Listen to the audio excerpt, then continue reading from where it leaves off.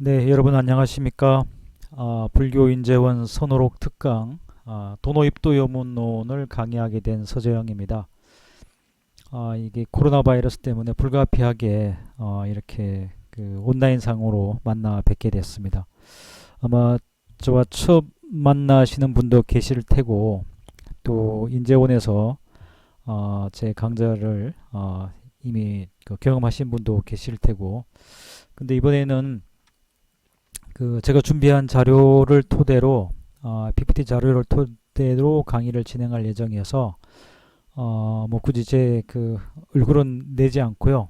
그냥 라디오라고 생각하시고 이 PPT의 내용을 중심으로 화면을 봐주시면 좋겠습니다.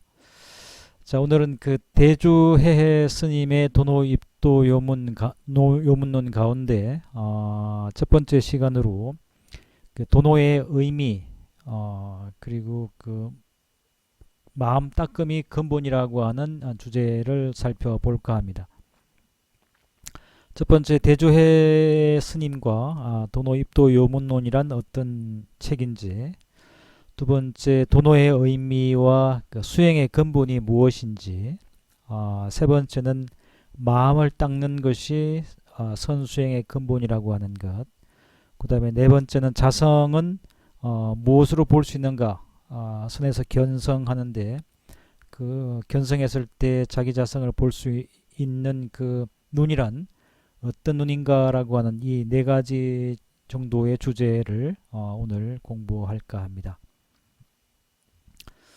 네, 첫 번째 주제는 이제 그 대주해 스님과 그 도노입도 요문론에 대한 그 개괄적인 내용들을 좀 살펴볼까 합니다. 네, 자, 이 책이 저희가 교재로 쓸 장경각에서 나온 성철 큰 스님께서 강설을 하신 도노입도 요문론입니다. 자, 이 도노입도 요문론이 어떻게 구성되어 있는지 그 내용부터 좀 살펴보면요. 자, 이 도노입도 요문론은 그 당나라 선성인 대주해 선사가 직접 살아생전에 찬술한 어록으로 알려져 있습니다. 그래서 여기 제목에도 나와 있습니다만 단숨에 깨달아서 도에 들어가는 요긴한 문, 요긴한 길, 이런 의미를 담고 있습니다. 도의 세계, 깨달음의 세계로 가는 데 있어서 여러 가지 길이 있을 테고 여러 가지 빠른 길과 늦은 길, 뭐 여러 길이 있을 텐데 이 어록의 핵심 주제는 돌아가지 않고 바로 직지에서 도의 세계로 들어가는 그 도노의 길을 밝히고 있다라고 하는 것을 이 어록의 제목으로 이렇게 뽑고 있습니다. 이 어록의 형식과 주제를 살펴보면요. 일단 그 도노, 도의 세계로 몰록, 어느 날 그 돌아가지 않고 도의 세계로 바로 단도직입하는 그 도노 또는 선정, 뭐 이런 그 조사선에서 가장 중요한 어떤 핵심적인 주제에 대해서 문답식으로 구성되어 있습니다. 묻고 그것에 대해서 답하고, 따라서 이 문답식으로 구성되어 있기 때문에 주제가 명료하고요. 그 정확하지 않고 핵심적인 내용을 명료하게 이해할 수 있는 구조로 되어 있습니다. 그리고 이제 그 닦음과 깨달음을 비롯해서 수행에 관한 중요한 내용들이 일목요연하게 정리가 되어 있어서 이 책은 우리가 선 공부하시는 분들 또는 이제 굳이 성 공부하시는 분이 아니라도 마음 공부, 일상생활에서 마음 공부하는 데서 아주 중요한 그 주옥 같은 말씀들을 담고 있습니다. 그래서 이 선의 핵심적인 주제, 수행의 핵심적인 주제, 또 마음 닦음에 있어서 또는 마음 닦음을 좀 더 확장한다라면 삶을 살아감에 있어서 여러 가지 역경계와 순경계를 만날 텐데, 그런 역경계를 만났을 때 우리의 마음을 어떻게 다스릴지, 뭐 그런 주제에 대해서 아주 간단 명료하게 잘 정리해 놓고 있어서 우리가 굳이 이 그 선수행을 목표로 하지 않더라도 나 자신을 통제하고 그 조장부의 길로 가는 데 있어서 아주 그 요긴한 말씀들을 만날 수 있는 어록이라고 생각됩니다. 자, 이 어록의 구성을 보면요. 대주어록, 대주해 스님의 말씀이죠. 그 다음에 그 제방문인 참문어록, 그 다음에 초조 보리달마 안심법문, 이 세 가지가 물론 우리 교재로 쓰고 있는 이 성철 스님의 도노입도 요문론 강설에서는 대주 스님의 어록에 대해서만 다루고 있습니다만은 원래 그 중국에서 유통되던 그 도노 요문론에는 이 세 가지 내용들이 콘텐츠가 함께 편집되어 있습니다. 이 제방문인 참문어록이라고 하는 것은 명대에 추가됐을 것으로 추정되는 내용들인데요. 전독록에 담겨 있는 내용들을 편집을 해서 제방문인 참문, 제방의 여러 그 공부하는 수행자들이 도를 묻고 도에 대해서 참문하는 그런 내용을 뽑아서 한 그 챕터를 잡은 것이고요. 그 다음에 이제 초조 보리달마 대사 안심법문, 이건 이제 그 달마 스님의 그 이입 사행론을 말하는데 이 초조 보리달마 안심법문이 이제 부록으로 추가되어 있습니다. 그래서 이 대주어록과 제방문인 참문어록 그리고 초조 보리달마 안심법문 이 세 가지가 한 책으로 묶여서 도노요문이라는 이름으로 유통되었던 책이 바로 이 도노입도 요문론의 전체 책입니다. 그런데 그 1917년에 간행된 장사각경처 본에 따르면 이 상하 2권으로 구성되어 있는데요. 상권에는 이제 대주 스님의 도노입도 요문이 들어있고 하권에는 제방문인 참문어록 이렇게 해서 두 가지만 들어있습니다. 달마 스님의 그 안심법문은 빠지고요. 아무튼 이제 이 도노입도 요문론은 이렇게 그 대주 스님 어록과 제방문인 참문어록이 함께 합출이 되어 있습니다만은 성철 스님의 이 강론에서는 대주 스님의 말씀만 뽑아서 강의를 하고 계십니다. 자, 이분이 이제 그 대주 그 해해 스님이신데요. 자, 이분이 이제 도노입도 요문론을 찬술하신 선사이시죠. 이분에 대해서 좀 살펴보도록 하겠습니다. 이분은 이제 그 복권성 건주 출신 스님이신데 속성은 주시로 알려져 있습니다. 그리고 이제 이분이 처음 출가한 지역은 역시 이제 복권성인데요. 복권성 위치가 이제 여기죠. 중국 남부 여기 이제 달마 스님이 오셔서 활동하셨던 광동성. 그다음 여기가 바로 이제 그 복권성입니다. 요 강서성, 요 광동성, 복권성 요 지역이 그 선종이 발달했던 그 남종 선종이 발달했던 지역이죠. 이 복권성에 이제 그 주요 그 도시들은 이제 이런 곳들이 있습니다. 자, 이 복권성 출신이고요. 처음에 이 복권성에 있는 대운사라고 하는 절에 그 도지화상이라는 분이 계시는데 이 도지화상이라는 분에게 처음 출가해서 낙발을 하고 공부를 했습니다. 그러다가 이후에 강서성에서 활동하시던 강서도일 마조 도일선사를 찾아 뵙고 그 도일선사의 말씀에 감명을 받아서 무려 6년에 걸쳐서 도일스님 마조 도일스님 문화에서 공부를 했습니다. 그리고 이후에 이제 그 자기가 처음 출가했을 때 스승이었던 도지화상이 노병이 들어서 그 병석에 눕게 되자 그 대원사로 돌아가서 그 자기 스승을 복량을 했습니다. 이렇게 스승을 복량을 하면서 그동안 6년 동안 마조 스님 문화에서 공부했던 내용들을 토대로 그것을 일목요연하게 잘 정리해서 냈던 그 편찬한 책이 바로 이 그 대주 스님의 그 도노입도 요문론이라고 하는 책이 됩니다. 이제 분량은 한 권이죠. 한 권이고 그리고 이제 이 도노입도 요문론을 쓰신 그 대주 스님은 이제 앞서 말씀드렸듯이 그 월주 도지화상 문화에 처음 출가했다가 마조 스님 문화로 가서 다시 이제 공부를 했습니다만, 마조 스님이 이제 그 법제자로 되어 있죠. 수제자로. 마조 스님의 비문에도 그렇게 되어 있고요. 그 다음에 경덕 전덕록에도 그렇게 되어 있고, 조당집을 비롯해서 여러 그 선종 사서에 따르면 마조 스님의 수제자로 기록되어 있습니다. 그리고 이 전독록에 1700공안이라고 해서 아주 다양한 많은 그 의록들이 수록이 되어 있는데, 그 가운데 그 대주 스님의 이 말씀이 법문이 그래도 가장 많은 분량이 수록되어 있습니다. 이것은 이제 그만큼 그 여러 가지 이유가 있을 텐데, 일단 마조 스님의 수제자이기 때문에 그럴 수도 있고, 또 한 가지 이유는 본인이 직접 이렇게 찬술한 도노입도 요문론이라고는 완결된 의록이 있기 때문에, 그 완결된 의록의 내용이 그 후대 사람들이 가감하지 않고 이렇게 그 수록할 수 있는 이런 또 이제 내용들이 있었을 겁니다. 뭐 그런저런 이유로 전독록에 가장 많은 그 내용이 수록되어 있는 스님 중에 한 분이 바로 이 대주해 스님이십니다.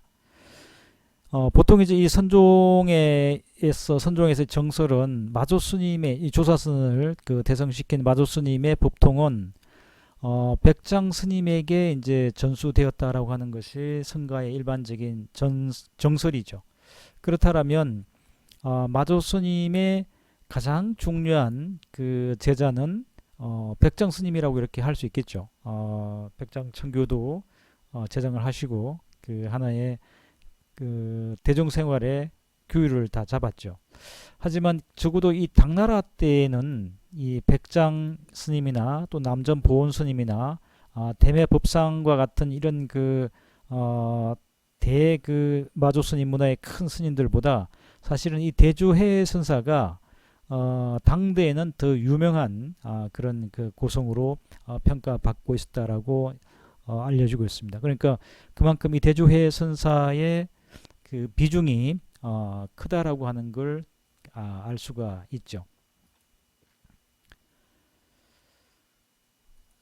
네.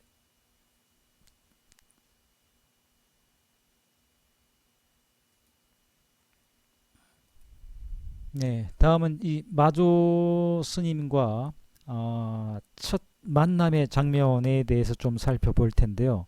이 마조 스님과 첫 만남의 그 이야기는 마조록에 자세히 이제 기록이 되어 있습니다. 마조록 전반부에 나오는데요. 그 대운사에서 도지화상을 모시고 공부를 하다가 이제 그 강서에서 마조 도일 스님께서 크게 선법을 펼친다는 이야기를 듣고 이제 그 강서로 찾아가죠. 그래서 초지 처음 강서로 가서 참 마조했습니다. 마조 스님을 이제 그 예방을 했죠. 그랬더니 이제 마조 스님께서 질문을 하십니다. 종화철에 너는 어디에서 왔는가 이렇게 질문을 하죠. 그러니까 이제 그 대주 스님께서 저는 월주 그 대원사에서 왔습니다라고 이렇게 답을 합니다. 그 말씀을 듣고 이제 마조 스님께서 다시 질문을 하죠. 여기 와서 무엇을 구하려고 하는가? 당연히 뭐 그 마조 스님 문화로 갔으면 선법을 듣고자 했겠죠. 그래서 레구 불법 이곳에 와서 스님께 구하고자 하는 것은 불법입니다. 이런 질문은 당대에 그 큰 스님을 찾아온 제자들과 그 고성들이 주고받는 전형적인 어떤 면에서 그 문답이라고도 할 수 있는데요. 너의 목적이 뭔가? 너는 뭘 구해서 여기 왔는가라고 하는 이제 그 아주 중요한 어떤 그 동기에 대한 질문이기도 하겠죠.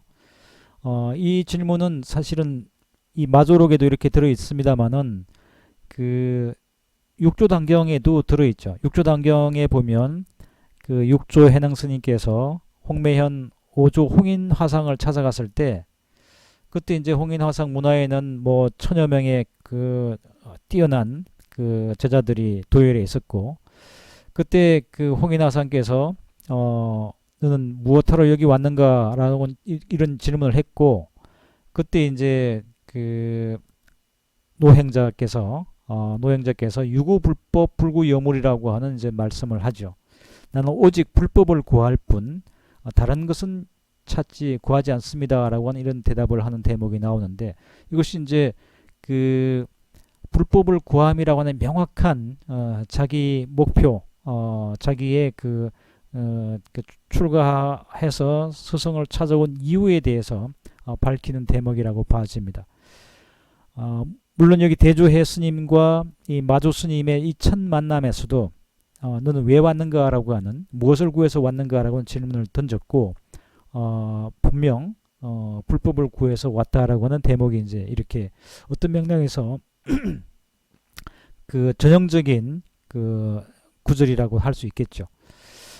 자, 이 불법을 구해서 왔다라고 하니까 이제 그 사실은 스승이 불법을 일러 주어야 될 그 차례인데, 마조 스님의 그 답변은 대단히 의외였습니다. 자가보장 불고, 자기 집의 보배 창고는 돌아보지 않고 살펴보지 않고, 포가산주 집을 버리고, 자기 그 보배 창고 보배가 가득한 자기 집은 버리고 작스마 여기 와서 치달리면서 여기저기 이 집 저 집 다니면서 뭘 구하느냐. 이게 완전 그 유명한 그 마조 스님의 본문이 들어있는 이제 질문이기도 한데요. 핵심이 이제 여기 들어있죠. 자가 보장, 자기 집의 보배 창고. 이 자기 집의 보배 창고라고 하는 이 말에는 선에서 추구하는 핵심은 바로 너 자신에게 있지. 여기 와서 내 법문을 듣는다고 해서 그 속에 보배가 있는 것이 아니라고 하는. 그래서 너가 월주 대원사에서 왔든 어디서 왔든 장소가 중요한 것이 아니라 너의 보배 창고는 바로 너 자신이라고 하는 그 대목을 일깨우는 것이죠. 그래서 너 자신의 보배 창고는 돌아보지 않고 사방으로 집을 포기하고 뛰어다니면서 도대체 뭘 구하느냐. 아리 일물 야무, 나에게는 아무것도 없다. 그런데 그 스마 불법, 여기서 무슨 불법을 구한다고 하느냐. 저 대단히 이제 의외의 그 말씀을 들은 거죠. 반갑다. 보통 이제 부처님은 제자가 왔을 때 설레 비구요 이렇게 하시잖아요. 잘 왔다 비구요. 그리고 아주 친절하고 자상하게 비구에게 사성제, 삼법인, 연기법 이렇게 친절하게 설법을 해주시는데, 이 선사들은 그렇지 않죠. 뭐든지 바로 이제 단도직입합니다. 바로 이제 핵심으로 들어가죠. 그래서 불법을 구하러 왔다라고 했는데, 그래 설레비고 잘 왔다. 내가 너를 위해서 불법을 설해 주리라. 그러니까 여검제청하리니 내가 설법을 하리니 여검제청하라. 넌 자세히 들어라. 이렇게 친절하게 설법하셔야 되는데, 그냥 보배 창고는 너 속에 있는데 뭘 이렇게 치들어 다니면서 구하느냐. 뭐 이렇게 이제 얘기하시면서 그 오히려 다그치죠. 그러니까 뭔가 큰 법문을 들으러 왔던 대조스님도 대단히 이제 황당하게 놀라게 됩니다. 그래서 이제 정색을 하고 절을 한 뒤에 다시 이제 물어봅니다. 무엇이 저의 해의 보배 창고입니까? 너의 보배 창고가 무엇입니까? 라고 이렇게 다시 묻죠. 그랬더니 이제 바로 그 해의 자체를 지시합니다. 지금 나에게 묻는 그것이 그대의 보배 창고다. 즉 근문아자, 즉 나에게 지금 무엇이 보배 창고입니까? 라고 묻고 있는 바로 너 자신, 시여 보장, 너 자신이 곧바로 너의 보배 창고라. 너 자신이 바로 너의 보배 창고다. 이 내용도 사실 6조 단계에 보면 대단히 드라마틱한 이런 대목이 나오죠. 이제 6조 스님께서 6조의 법통을 읽고 대유령을 넘어갈 때, 그때 그 삼품 장군의 아들이 달려와서 그 바루와 가사를 뺏으려고 하잖아요. 뭐 근데 그때 이제 바루와 가사를 뺏지 못하고 그 대유복발, 대유령의 바루를 엎어놓았다 뭐 하는 이제 그 대유복발 대목이 나오는데, 그때 그 바루를 가져갈 수 없을 때 그 해명이라고 하는 상자가 사실은 내가 바로와 이 옷을 가지러 온 것이 아니고 도대체 그날 밤에 오조홍인 스님에게 무슨 말씀을 들었습니까? 그것이 궁금해서 왔습니다. 라고 하는 이제 그런 얘기를 하죠. 그때 육조 스님께서 뭐라고 말씀하십니까? 밀재의 여전, 비밀은 바로 너 쪽에 있다. 이런 말씀을 하시거든요. 그러니까 그날 밤에 홍인 스님 초소에 가서 뭔가 비밀스러운 것을 듣고 와서 그 비밀을 내가 간직해 온 것이 아니라, 그리고 간직해온 비밀을 내가 너에게 살짝 일러줄 수 있는 것이 아니라 이미 그 비밀스러운 보배는 이미 너에게 있다. 그런 맥락에서 밀재예전 비밀은 바로 너 쪽에 있다. 이렇게 이제 얘기하는 대목이 육조 단경에도 나오는데, 여기서도 이제 같은 맥락이죠. 나의 법의 창고가 뭡니까? 라고 물었더니 바로 그 법의 창고가 무엇이라고 묻고 있는 바로 너 자신. 너 자신이 법의 창고인데 마치 어버나이 3년 찾는 것처럼 그 법의 창고를 돌아보지 않고 밖을 향해서 그 집을 포기하고 돌아다니면서 여기 와서 법의 창고를 찾는다는 겁니다. 근데 너 자신이 갖고 있는 그 법의 창고는 일체 구조, 일체 모든 것이 충족되게 구족되어 있어서 갱무험사 조금도 부족하거나 그런 것이 없고, 그리고 너 자신의 것이기 때문에 사용이 자제하다. 바로 자기 자신의 것이기 때문에 자기가 쓰는 겁니다. 뭐 아쉬운 소리 할 것도 없고 바로 자기 자신이 쓰는 그 모든 충족된 법의 창고가 바로 너 자신인데, 어찌해서 향해 구명 밖으로 이렇게 뛰어다니면서 내게 와서 불법을 찾는가? 불법의 핵심은 바로 너 속에 있다. 이렇게 이제 마조 스님께서 첫 문답에서 대조에게 일러주시죠. 그래서 이 말씀에 이미 대조 스님은 이제 벌써 그 도지화상 밑에서 공부가 많이 됐던 분이거든요. 그래서 대조 스님은 바로 마조 스님의 이 말씀에 본래 자기 자신의 마음은 지각을 통해서 깨달아 아는 그와 같은 어떤 지성적인 활동을 통해서 아는 것이 아님을 은하자저 그 말씀 끝에 바로 깨닫고 뛸 듯이 기뻐하며 용약 예사했다. 뛸 듯이 기뻐하면서 펄쩍펄쩍 뛰면서 아주 너무 기뻐서 마조 스님께 절을 올리고 기뻐했다. 이게 이제 그 스승과의 첫 만남에서 스승이 일러준, 스승이 일러준 것은 그 대조회 스님은 스승을 찾아서 그게 뭔가 그 불법의 보배로운 말씀을 듣고자 했는데, 마조 스님이 정작 일러준 것은 너가 여기에 와서 들어야 할 그 보배로운 말씀은 이미 너 속에 다 있다. 그리고 그것은 너 스스로 쓸 수 있고 사용에 자제하다라고 하는, 이미 스스로 갖추고 있다라고 하는 내용을 첫 번째 이 만남에서 대조 스님에게 일러주죠. 그래서 그것을 깨달은 대조 스님이 아주 뛸 듯이 용약 예사했다. 아주 뛸 듯이 기뻐하면서 그 깨달음의 내용에 대해서 스승님께 감사했다라고 하는 것이 바로 이제 그 첫 만남의 장면입니다. 이렇게 이제 극적인 만남을 이제 그 하게 됐죠. 이런 이제 내용들은 사실 이제 그 마조록은 물론이고 육조 단경은 물론이고 여러 이제 그 선오록의 그 단골로 등장하는 내용입니다. 바로 이제 이 선의 내용이 향해 치고 밖을 향해서 내달리지 않고 뭔가 밖에 보배가 있을 거라고 하는 그런 그 마음을 돌려서 회강 반조, 그 시선을 돌려서 밖에서 찾지 말고 너 안으로, 밖에서 부처도 찾지 말고 밖에서 축복도 찾지 말고 밖에서 그 복도 구하지 말고 진짜 보배로운 것은 너 속에 있음을 되돌려 보라고 하는 그런 말씀을 마조 스님께서 하셨고, 그런 내용은 사실 모든 그 선오록의 기본이라고 봐집니다. 예를 들어서 단경에 보면, 육조 단경에 보면요, 미심외견, 미혹한 사람은 밖에서 찾으려고 하고 밖에서 보려고 한다는 거죠.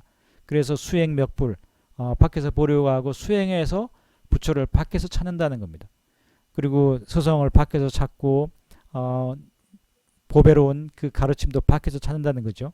그렇지만 약자오자, 만약에 스스로를 깨달은 자는 불가외고, 내면의 보배 창고를 깨달은 사람은 불가외고 밖에서 그와 같은 그 보배를 구하거나 참다운 진리의 말씀을 구하지 않는다는 겁니다. 왜냐하면 진짜 보배 창고는 내 속에 있는 것이고 그것을 회광 반조에서 발견하면 되는 거니까 그걸 이제 단경에서는 견성이라고 했죠. 임재 스님도 이제 역시 같은 맥락의 말씀을 하시는데요. 여조불 너 자신과 그리고 조사와 부처님이 불별 다르지 않으니 단막 외고 다만 밖을 향해서 뭔가 특별한 것이 있을 거라고 생각해서 구하지 말라는 겁니다. 밖을 향해서 구하러 뛰어다니노니 그 눈을 돌려서 내면을 바라보라 이런 거죠. 그래서 집이 불을 향해 치고 다만 밖을 향해서 치달리면서 법을 구하고 도를 구하고 그 보배를 구하지 말라. 진짜 보배는 너 속에 있다. 시선을 돌려서 너 자신을 보라. 이것이 이제 그 임재 스님의 말씀이고 육조 스님의 말씀이고 지금 마조 스님의 말씀이기도 하죠. 그래서 단경에 보면 좌기불 자기 스스로의 부처님께 기하라는 겁니다. 왜냐하면 자기 스스로의 부처님이 그것이야말로 진짜 법의 창고니까. 그래서 자기의불 자기 스스로의 부처님께 기할 일이고 불은 타기의 불 밖에 다른 부처님에게 기한다라고 말하지 않는다.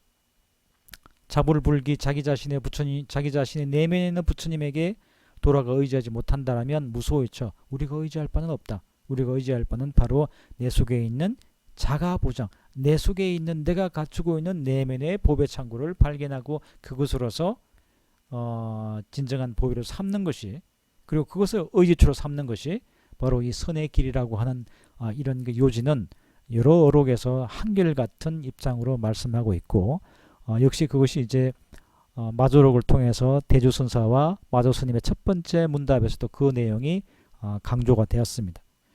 위산록에도 보면요. 사위앙산 위산스님께서 앙산스님에게 이러시기를 여수 독자 너는 스스로 홀로 살펴서 회광반조하라. 내면을 비추어서 너 자신을 보라는 겁니다. 밖을 향해서 질주하지 말고. 대스님도 같은 맥락의 말씀을 하시는데요. 일념 회광반조 한 생각을 돌려서 자기 내면을 비춰보는 것이 시불략 그것이 곧바로 부처님께서 무명에 휩싸여 있는 그 무명의 병을 치유하는 부처님이 처방하신 약이라는 겁니다. 부처님이 처방하신 진짜 명약 진짜 좋은 약은 자기 내면을 바라보는 것이야말로 진짜 좋은 약이다. 그러니까 대스님 그 위산스님 육조스님 임대스님 마조스님 모든 그 내노로 하는 그 역대 대선사들은 항상 제자들에게 나를 따르라 내게 뭔가 신비로운 곳이 있고 나의 권위를 높이고 나에게 복종하라 이렇게 말씀하지 않고 나에게 와서 얻을 것이 별거 없다. 진짜 법에 진짜 너가 찾아야 될 것은 너가 이미 갖고 있고 그것은 너의 내면에 있다라고 하는 것이 일관된 조사들의 말씀이죠. 그 내면이라고 하는 게 결국 뭐겠습니까? 결국 그건 이제 마음일 텐데요. 그래서 결국 이 선이라고 하는 것은 마음을 알고 마음을 다스리는 것으로 요약되죠. 그래서 밖을 향한 질주를 멈추고 내면으로 시선을 돌리는 것, 회광반조하는 것, 그것이 곧바로 이제 선의 길이고, 따라서 이 선의 핵심은 마음을 깨닫는 것이고요. 그리고 마음을 잘 통제해서 순일하게 하는 것이고, 마음의 번뇌를 다스리는 것이 바로 이 선의 핵심적인 요지가 되겠죠.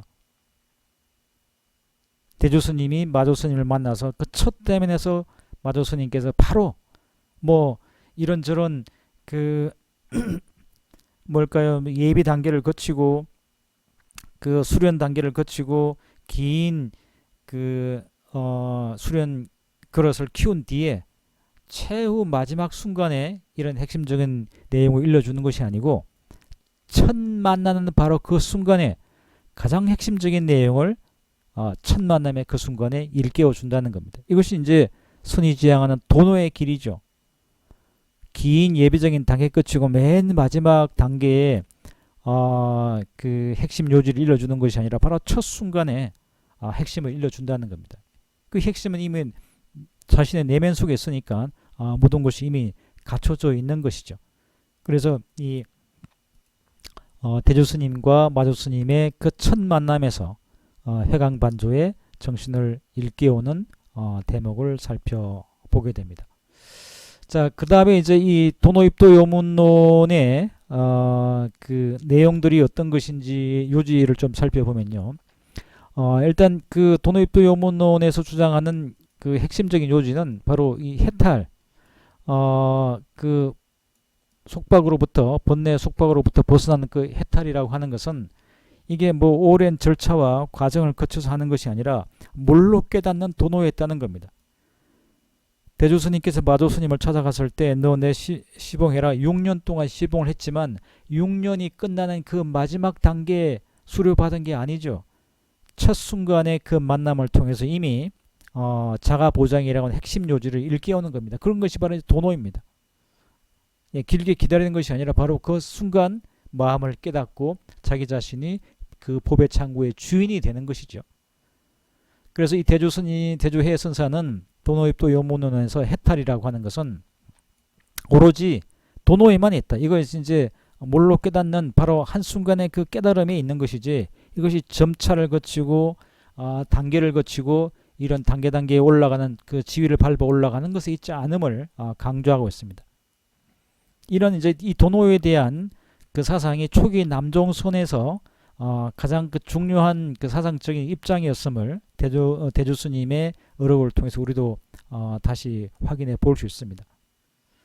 따라서 이 도노라고 하는 것은 점차 깨달아가는 그 점호와는 대비되는 것이죠. 단계를 거쳐서 예비 단계를 거치고 자량위를 거치고 해서 마지막 그 구경의 단계로 가는 것이 아니라 바로 단도직입하는 것이 바로 이게 도노의 길이라는 겁니다. 그래서 한 찰나에 모든 무명을 몰록시고 돈식하고 바로 부처님과 똑같은 열애지에 들어가는 수행론을 담고 있는 것이 이 도노입도 요문론의 핵심이라고 우리 18쪽에 보면 성철스님께서 그렇게 말씀하고 있습니다. 자, 그럼 이 도노라고 하는 것은 어떤 의미일까요? 먼저 이 도노라고 하는 것은 성철스님의 강의입니다. 도노란 몰록 깨달음이라고 하는 것은 구경각을 말한다. 이 도노라고 하는 것은 그러니까 이 깨달음이 이제 우리도 보통 일상적인 깨달음이 있잖아요. 작은 깨달음이 있고 그 작은 깨달음이 모여서 방울방울 물방울이 모여서 대해를 이루는 것처럼 작은 깨달음, 책을 보고 뭔가 외우고 뭔가 이해하는 것은 그 작은 깨달음이 방울방울이 모여서 대해를 이루는 것처럼 작은 지식이 모여서 큰 그 구경각을 이루는 것처럼 우리가 이제 생각할 수 있는데, 도노는 그런 것이 아니라는 겁니다. 도노는 첫 만남, 대주와 마조 스님의 첫 만남에서 자가보장을 일깨운 것처럼 그 첫 만남의 그 순간적인 깨달음에 이미 최후의 깨달음, 구경에 얻어야 될 그 깨달음을 얻는 것이 그게 도노다. 여기 도노라고 하는 것은 그 점차 깨달아가는 다양한 깨달음 가운데 그 시초나 시각이나 이런 것이 아니고 궁극적인 깨달음이 바로 도노라고 얘기하는 겁니다. 그래서 이 성철스님, 특히 성철스님의 도노로는 이제 우리가 눈여겨봐야 되는데, 이 도노는 구경각, 부처님과 똑같은 구경의 깨달음이기 때문에 제8 아레아식, 그 윤의 주체가 되는 우리의 그 제8 그 내면의 그 근본적인 그 아레아식에 저장되어 있는 근본 무명까지 완전히 다 끊어져서 부처님이 깨달으신 그 핵심 내용인 중도까지 바르게 깨달은, 부처님과 똑같이 바르게 똑같은 깨달음을 얻어서 자기 자신의 그 법의 창고로서 자기 자신의 진여 본성을 이해가 아니라 완전히 정득하는 정오를 획득하는 것이 바로 도노다라고 이렇게 이제 도노에 대한 정의를 하고 계시죠. 그래서 이 도노라고 하는 것은 깨달음의 궁극적인 경지이고, 그리고 중생의 무명의 뿌리가 되는 제8 아레아 근본 무명까지 다 끊어서 부처님의 깨달음의 내용이셨던 중도의 내용을 바르게 얻어서 자기의 참다운 본성을 완벽하게 이해하는 것이 아니라 완벽하게 내면적인 깨달음을 이룩하는 것, 그것이 바로 도노다. 그러니까 이 도노를 하게 되면 부처님의 깨달음과 같은 경지에 이르게 되는 그 궁극적인 깨달음을 도노라고 이렇게 설명하고 있습니다. 그러면 이제 도노입도 요문론에서 그러면 입도라고 하는 것은 이제 어떤 건가? 입도는 말 그대로 도에 들어간다 이런 뜻이지 않습니까? 그래서 중도를 정득한 구경 가기 도노인 만큼 결국 입도 도에 들어간다라고 하는 이 입도는 결국 성불 부처를 완성하는 것 성불과 같은 뜻으로서 정도 그 도를 정득하는 것과 같은 뜻이다. 결국 그 입도라고 하는 것은 도의 세계에 첫 발을 들여놓는 시작 단계가 아니라 입도라고 하는 것은 이미 궁극적인 경지에 도달해버린 반야바라밀 했을 때 그 바라밀을 이미 도피한 그 궁극적인 피안에 이미 도달해버린 그런 이제 중도라고 하는 것이죠. 그리고 이제 여기서 그러면 해탈은 뭔가? 해탈은 곧바로 도노 즉 정오가 되어야만 철저하게 깨달음이 내면화되어야 되지 그냥 책을 본다든지 무슨 어록을 본다든지 해서 지성적으로 아는 해오가 되어서는 해탈을 얻을 수 없다라고 하는 것이 이제 성철 스님의 논지죠. 그래서 이 성철 스님이 바라보는 이 도노라고 하는 것은 도노는 구경각이고 궁극적인 깨달음이고 그리고 이 궁극적인 깨달음이라고 하는 것은 곧바로 부처님과 똑같은 깨달음의 내용을 얻는 것이기 때문에 중도 정각이고 그 중도 정각은 곧바로 또 입도 도에 들어가는 것이다.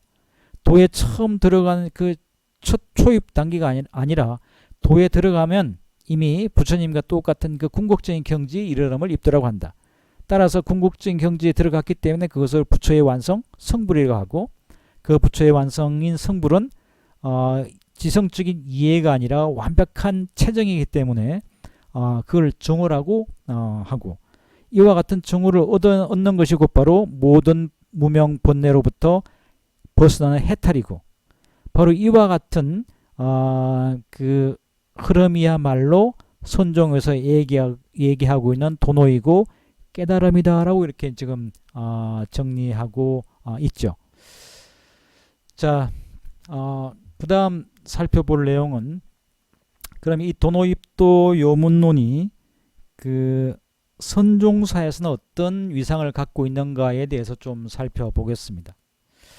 자, 우선 이제 이 그 대주해 스님은 그 도노입도 요문의 내용을 보면 여러 그 대성 경론들을 아주 자유롭게 해박하게 그 인용하고 있고 그 내용에 대해서 요지를 뽑아내서 질문도 하고 있고 토론을 하고 있습니다.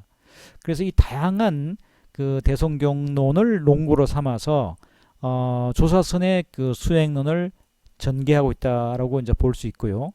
특히 이제 그 유마경의 내용이나 금강경 사상과 아주 그 내용적으로 깊이 연관이 되어 있고 특히 이제 금강경에서 제시하고 있는 여러 가지 그 수행에 대한 마음을 어떻게 다스릴 것인가에 대한 내용들을 비중 있게 다루고 있다라고 이제 볼 수 있습니다. 그리고 여러 대성경전 가운데 대반열반경, 그 다음에 화엄경, 연화경, 대성기신론 등 이런 여러 이제 대성의 경론들에서 중요한 그 수행의 관점에서 봤을 때 중요한 요지들을 뽑아서 문답식으로 또 설명하고 있어서 이런 그 경전들의 요지를 또 공부하는데도 도노입도 요문론이 많은 이제 지침이 될 것 같습니다. 그리고 이런 이제 대성경전의 핵심 요지는 결국은 반야와 중간 사상이죠. 반야와 중간 사상이고 그 여러 경론 중에서 뽑아내는 것이 곧바로 이제 반야와 중간 사상에 관한 것이기 때문에 결국 초기 선종의 중심 사상이 이 반야와 중간 사상이라고 하는 것도 역시 도노입도 요문론을 통해서 엿볼 수 있는 내용이라고 할 수 있습니다. 자, 그래서 이 그 대주해여 스님이 도노입도 요문론을 쓰니까 그때 이제 그 대주 스님이 자기가 써서 숙제에 검사 받듯이 마조 스님께 보이지 않았어요. 왜냐하면 마조 스님과 첫 문답에서 자가보장 너 속에 너 자신이 이미 법의 창구의 준이다 이미 그런 그 핵심적인 말씀을 해 주셨잖아요. 그래서 굳이 뭐 그 다시 자기가 쓴 도노입도 요문을 들고 가서 뭐 이게 그 숙제 검사 받듯이 하지 않았는데 대주 스님의 조카 상자였던 그 현안이라고 하는 스님이 도대체 이 그 삼천벌 되는 스님이 쓴 도노입도 요문론이 내용이 어떤 것인지 마조 스님에게 검증받고 싶었던가 봐요. 그래서 그걸 이제 마조 스님에게 가져가서 이제 마조 스님에게 보였더니 그 마조 스님의 그 내용을 다 보시고 대중들을 향해서 이렇게 말씀하십니다. 월주에 큰 구슬이 있는데 월조 유대성, 월조 유대주. 여기 대주가 바로 이제 대주해 스님을 말하죠. 그 큰 구슬이 원명 두루하게 뚜렷하게 밝아서 그 뚜렷하게 밝은 광명이 투자재 어느 이게 사무쳐 밝아서 어디 투과하지 않은 곳이 없다는 거죠. 자유자줄하게 모든 곳에 다 그 광명이 도달해서 무차장 어디에도 걸림없이 모든 문제를 다 꿰뚫어 버렸다는 겁니다. 그래서 모든 그 의혹도 한 점의 의혹도 남기지 않고 일체 모든 무명과 어둠을 깨끗이 밝혔다. 이렇게 이제 평가하셨죠. 그러니까 마조 스님께서 대주회 스님의 이 어록을 보시고 아주 극찬을 하시면서 높게 이 어록의 가치를 평가하고 있는 대목이 이렇게 나오죠. 따라서 앞에도 여기 살펴봤습니다만은 이 도노입도 요문론은 초기 조사선의 근본 사상을 담지하고 있다라고 볼 수 있습니다. 왜냐하면 마조의 법을 개성한 당대의 선성이었고 당대의 백장 스님이나 이런 스님보다 더 유명했던 대주 스님이 직접 쓴 어록이기 때문에 이 대주 스님의 어록에 담겨 있는 사상은 그 당시 마조 스님의 이후 대성된 조사선의 핵심 내용이라고 해도 과언이 아니라는 거죠. 그리고 이제 그 또 하나 특이할 점은 육조단경도 그렇고 육조단경도 이제 그 스님께서 돌아가신 뒤에 문인 법회가 정리한 거지 않습니까?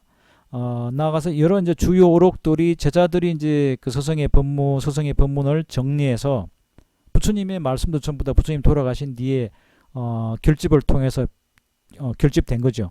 그렇지만 이 대조해 스님의 이 도노입도 요문론은 자기 자신이 살아있을 때 직접 저술한 어록이라고 하는, 그러니까 이 첨삭이 되지 않고 그대로 100% 대조 스님의 말씀이라고 하는 그런 장점을 갖고 있죠. 그래서 이제 이 영가 행각 스님의 중드가를 비롯해서 이 도노입도 요문론은 초기 조사선의 근본 사상을 엿볼 수 있는 중요한 그 어록으로 평가받고 있습니다. 자, 그러면 이제 이 성철 스님과 이 도노입도 요문은 어떤 그 관계가 있을까요? 성철 스님은 1967년 이제 그 해인 총림 초대 방장으로 취임을 하시죠. 그러면서 이제 약 100일에 걸쳐서 이 장면이 곧바로 이제 그 성철 스님께서 백일법문을 해인사 대적광전에서 백일법문의 그 광장수를 하시는 이 대목인데, 이때 그 100일 동안 하셨던 여러 가지 많은 주제의 법문 가운데 하나의 주제가 바로 이 도노입도 요문론이었습니다. 그리고 이제 성철 스님은 그 유존돈법, 육조단경의 그 강설의 단경 지침에도 보면 하나가 바로 유존돈법이죠. 오로지 돈법만을 전한다라고 하는 유존돈법으로 그 점수설을 비판하고 돈수설을 제창하실 때 그 과정에서 아주 중요한 그 자신의 주장의 농구로 삼았던 어록이 바로 이 대주 스님의 도노입도 요문론입니다. 그리고 도노입도 요문론의 책의 내용을 보면 52개 주제로 분류해서 마치 소명태자가 금강경을 32분단으로 나누었던 것처럼 성철 스님도 도노입도 요문론을 주제별로 나누어서 제목을 붙입니다. 소제목을 달아서 성철 스님의 법어집 그 1집 가운데 네 번째 책으로 도노입도 요문론 강서를 출간했죠. 그 다음에 이후에 이제 그 선문에 그 수행하는 사람들에게 보배로운 성전이 될 만한 그런 어록들만 추려서 다시 출판한 책이 바로 이제 설림 보존인데, 설림의 보배로운 성전이다. 이 설림 보존을 다시 출판하시는데 그 설림 보존에도 도노입도 요문론을 수록합니다. 그러니까 성철 스님이 도노입도 요문론을 대단히 중요한 어록으로 평가하고 있음을 엿볼 수가 있죠. 따라서 이 수많은 어록 가운데 선어록 중에서 당대의 그 대존장이었던 마조선사가 그 빛이 그 대주의 둥그르고 밝은 빛이 아주 투과하지 않은 곳이 없다. 막힘없이 모든 곳에 두루 이르렀다라고 이렇게 극찬을 받았고, 그 다음에 이제 이 근대 한국 불교의 그 고성이었던 성철 스님 또한 자신의 법문에서 또는 자신의 여러 책에서 빠뜨리지 않고 이것을 다시 설법할 만큼 중요한 그 의미가 있는 가치가 있는 어록임을 엿볼 수 있는 대목입니다. 자, 그 다음에 이제 대략 이렇게 해서 이제 도노입도 요문론에 등장하게 됐던 계기, 그 다음에 입도 요문론의 저자였던 대조스님, 그리고 이제 이 대조스님의 이 법문이 마조스님과 성철스님에 의해서 그 사상적인 깊이나 또는 그 가치가 높게 평가되고 검증되었다라고 하는 내용을 살펴보았고요. 자, 이제는 이제 그 도노, 실제로 도노입도 요문에서 말하는, 그러니까 첫 번째 이 제목 자체가 도노입도 요문론이기 때문에 첫 번째 주제가 바로 도노에 대한 설명입니다. 도노는 어떤 의미인지에 대한 대조스님의 설명과 그 다음에 이 도노를 위해서는 어떤 수행을 해야 되는지, 수행에서 근본이 무엇인지에 대한 내용들을 살펴보도록 하겠습니다. 자, 여기 이제 그림 보시면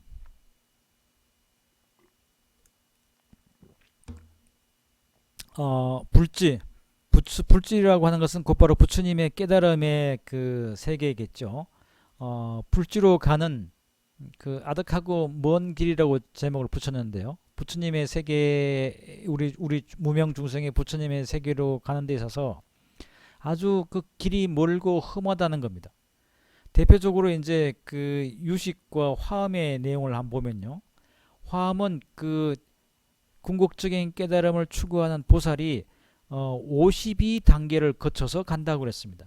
그래서 처음에 십신, 10가지 믿음, 그 다음에 10가지 머무름, 10주, 그 다음에 10가지 실천, 10행, 그 다음에 10가지 해양, 10해양, 요까지가 이 40단계가 범부의 수행 단계입니다. 이런 아득한 그 과정을 거친 뒤에 그 다음에 이제 십지에 이르는데, 십지 이제 십지보살이라고 그러죠. 여기서부터는 이제 성인의 반열에 들어가는 겁니다.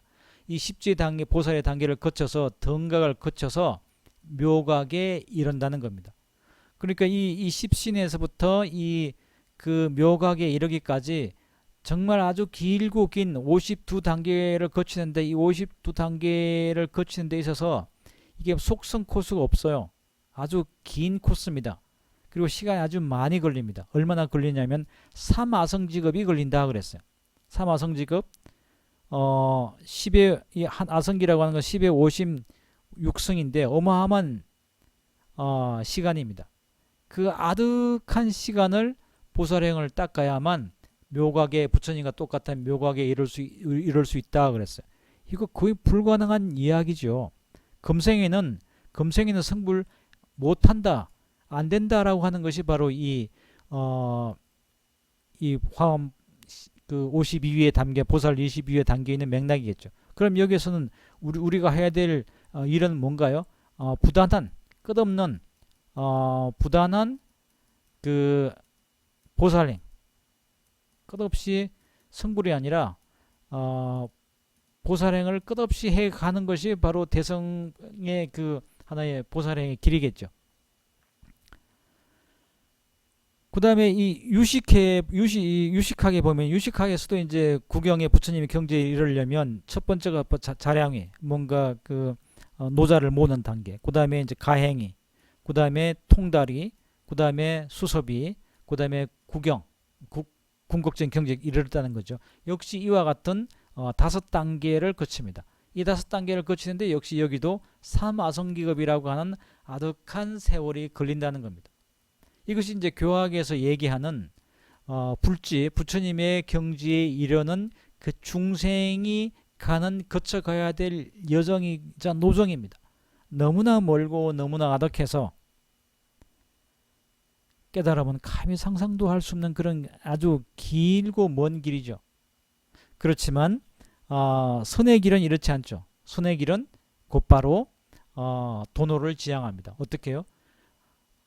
대조스님께서 마조스님을 만났을 때 바로 너 속에 이미 자가 보장이 있다라고 바로 도노 직지했던 것처럼 선의 길도 도노 일문 오직 이 도노의 한문이 있을 뿐 앞서 살펴봤던 그 화엄 보살 52위처럼 그렇게 단계 밟아서 삼화성기급 가는 그런 길이 아니라 선의 길은 곧바로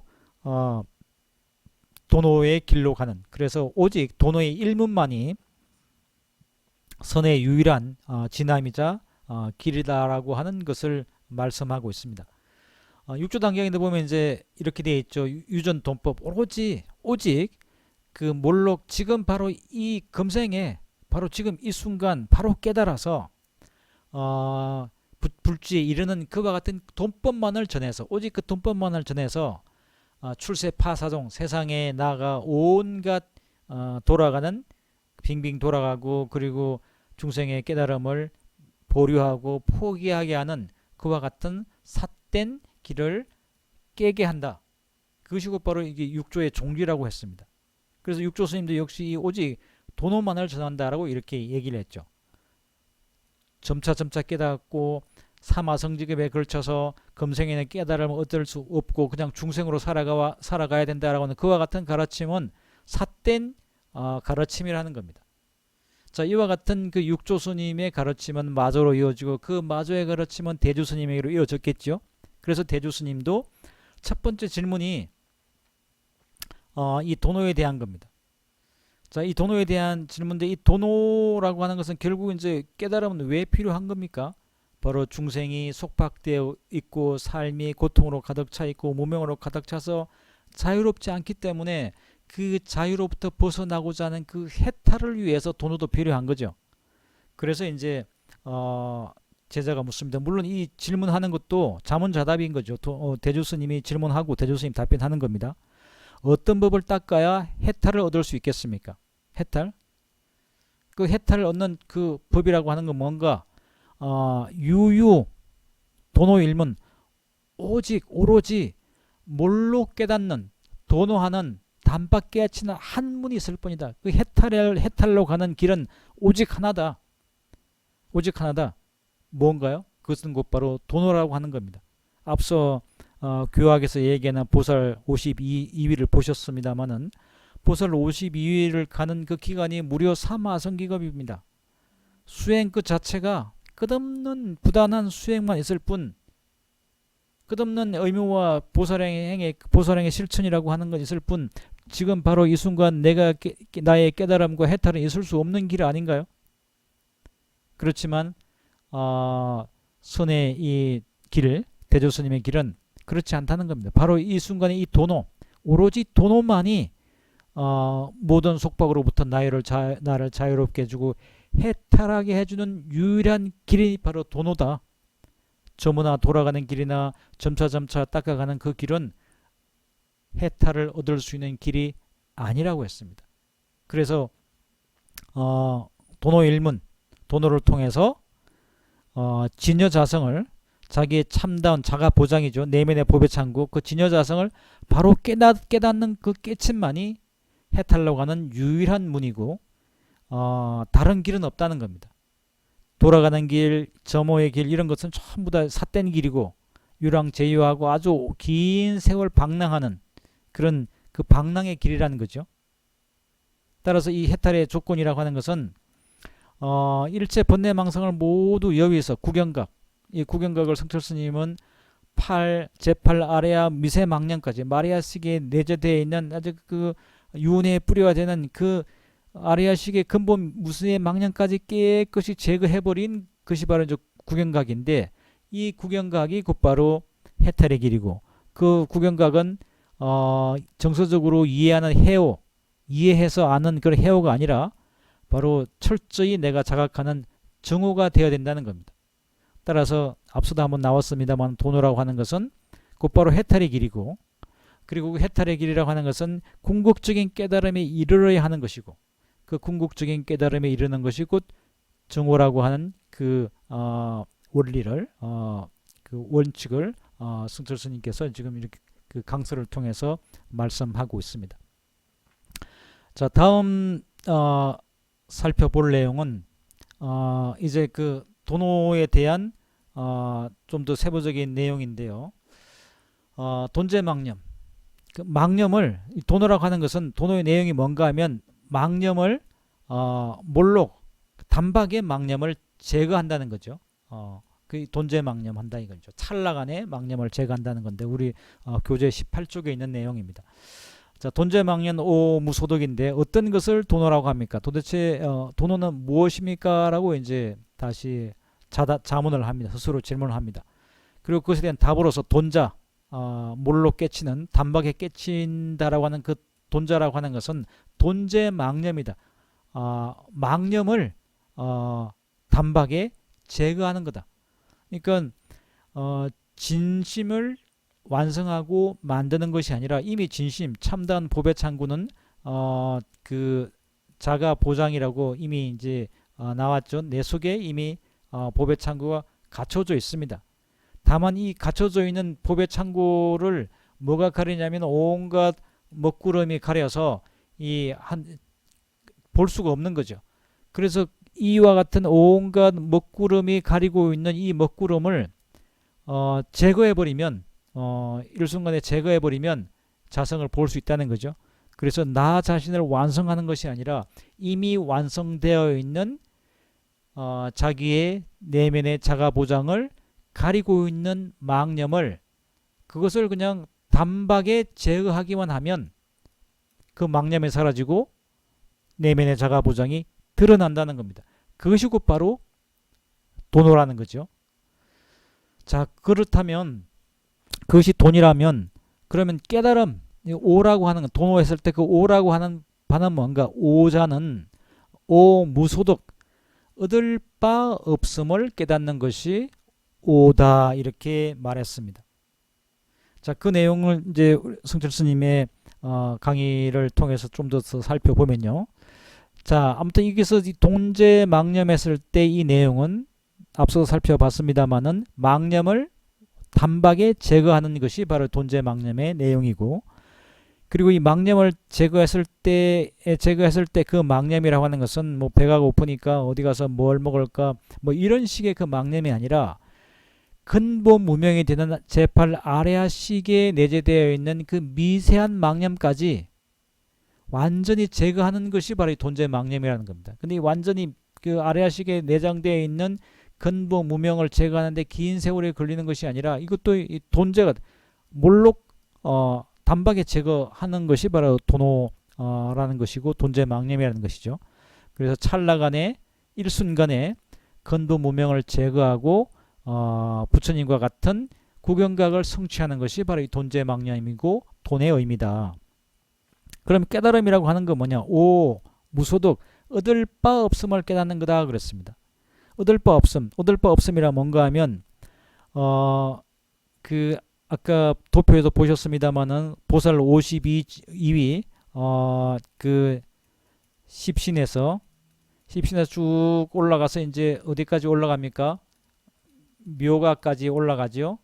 묘가까지 올라가는데 이 사마성직업이 이제 걸린다고 했지 않습니까? 아주 길고 긴 길이죠. 그래서 설사 보살이 그 51 그 단계에 해당하는 등가까지 올라간다고 할지라도 여전히 더 닦아야 돼요. 여전히 더 닦아서 묘가까지 가는 거잖아요. 그러니까 십신에서 51단계까지 공부하고 닦고 닦아도 여전히 가야 될 길이 앞에 놓여 있고 아득하게 도달해야 될 목표는 여전히 저 신기루처럼 저 앞에 있는 겁니다. 그래서 십지 등각도 공부할 바가 더 있다는 얘기입니다. 그렇지만 도노라고 했을 때 그 오는 뭔가 하면 오 무소득, 더 이상 닦을 바가 없는 경지에 이르는 것을 도노라고 한다. 그래서 이 도노 오 무소득은 두 가지 의미로 볼 수 있는데요. 첫 번째는 더 공부할 바가 없는 경지, 완전히 궁극적인 경지까지 다 파버렸기 때문에 더 공부할 바가 없는 경지. 더 얻을 것이 없는 경지를 이제 무소득, 얻을 바가 없다는 거죠. 내가 이제 더 이상 얻을 바가 없구나. 궁극적인 경지에 왔구나. 최후 막다른 곳에 왔구나라고 하는 것을 깨닫는 그 경지, 그것이 바로 오무소득이라는 거죠. 그 다음에 이제 두 번째 의미는 좀 더 확장하면 금강경에 나오는 말씀처럼 내가 깨쳤지만 뭔가 그 깨쳤다라고 하는 어떤 상조차도 없는 경지, 일법도 없는 그 경지가 바로 이제 오무소득이다라고 두 가지 의미로 이렇게 해석할 수 있을 겁니다.